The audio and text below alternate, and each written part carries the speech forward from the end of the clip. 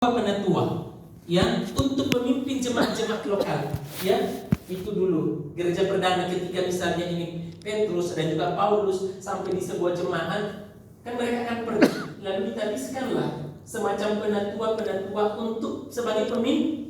Ini cikal bakal sebagai pemimpin jemaat lokal ya. Kemudian proses penabisan ini melibatkan doa dan penumpatangan tangan. Ingat ya seperti yang ada dalam Kisah Para Rasul bab 14 ayat 23 ya. Mereka memilih para penatua, kemudian didoakan dan ditumpangi tangan atas mereka. Ingat penumpangan tangan itu adalah sebenarnya dalam arti tertentu itu adalah successio apostolica.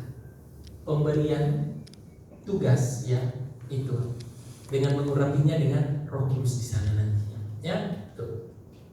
Nah, yang memberikan kuasa dan tanggung jawab kepada para penatua untuk tugas penggembalaan umat ya. Maka nanti memang bukan hanya tugas menguduskan, menggembalakan, tetapi mewartakan, tapi tugas menggembalakan juga. Tradisi ini kadang ini disebut dengan successio apostolica.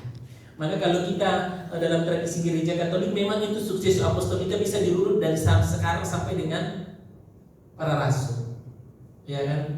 Karena para imam kan itu tabisan tingkat 2.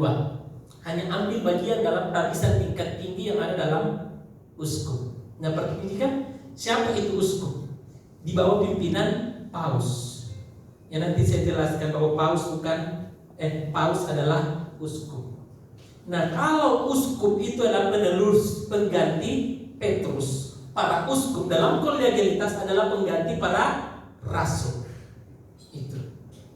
Dan para rasul ini, ya kan para uskup ini, kemudian menempatkan seperti para rasul pada zamannya, menempatkan penatua-penatua di masing-masing jemaat atau kita sekarang gereja lokal untuk memimpin. Disitulah ditabiskan imam untuk ditempatkan memimpin jemaat-jemaat atau gereja-gereja lokal dimanapun berada.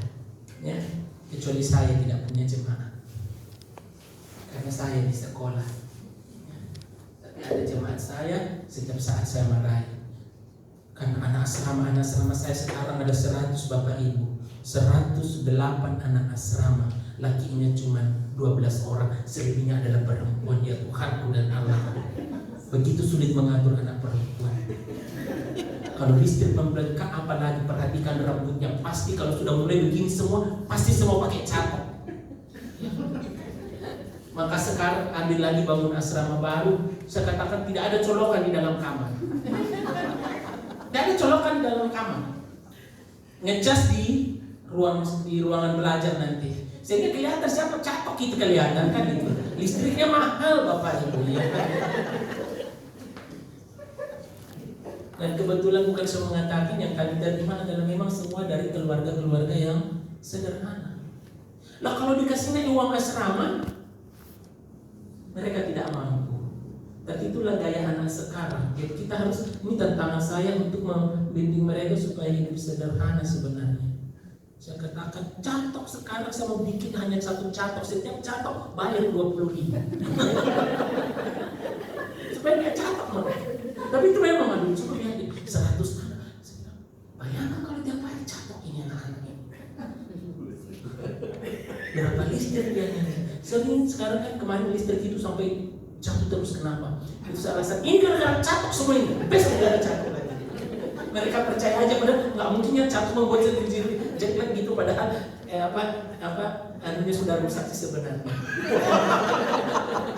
Tapi karena musim hujan mungkin lagi bongkar kemarin bukan asrama baru, mungkin ada yang ini ya.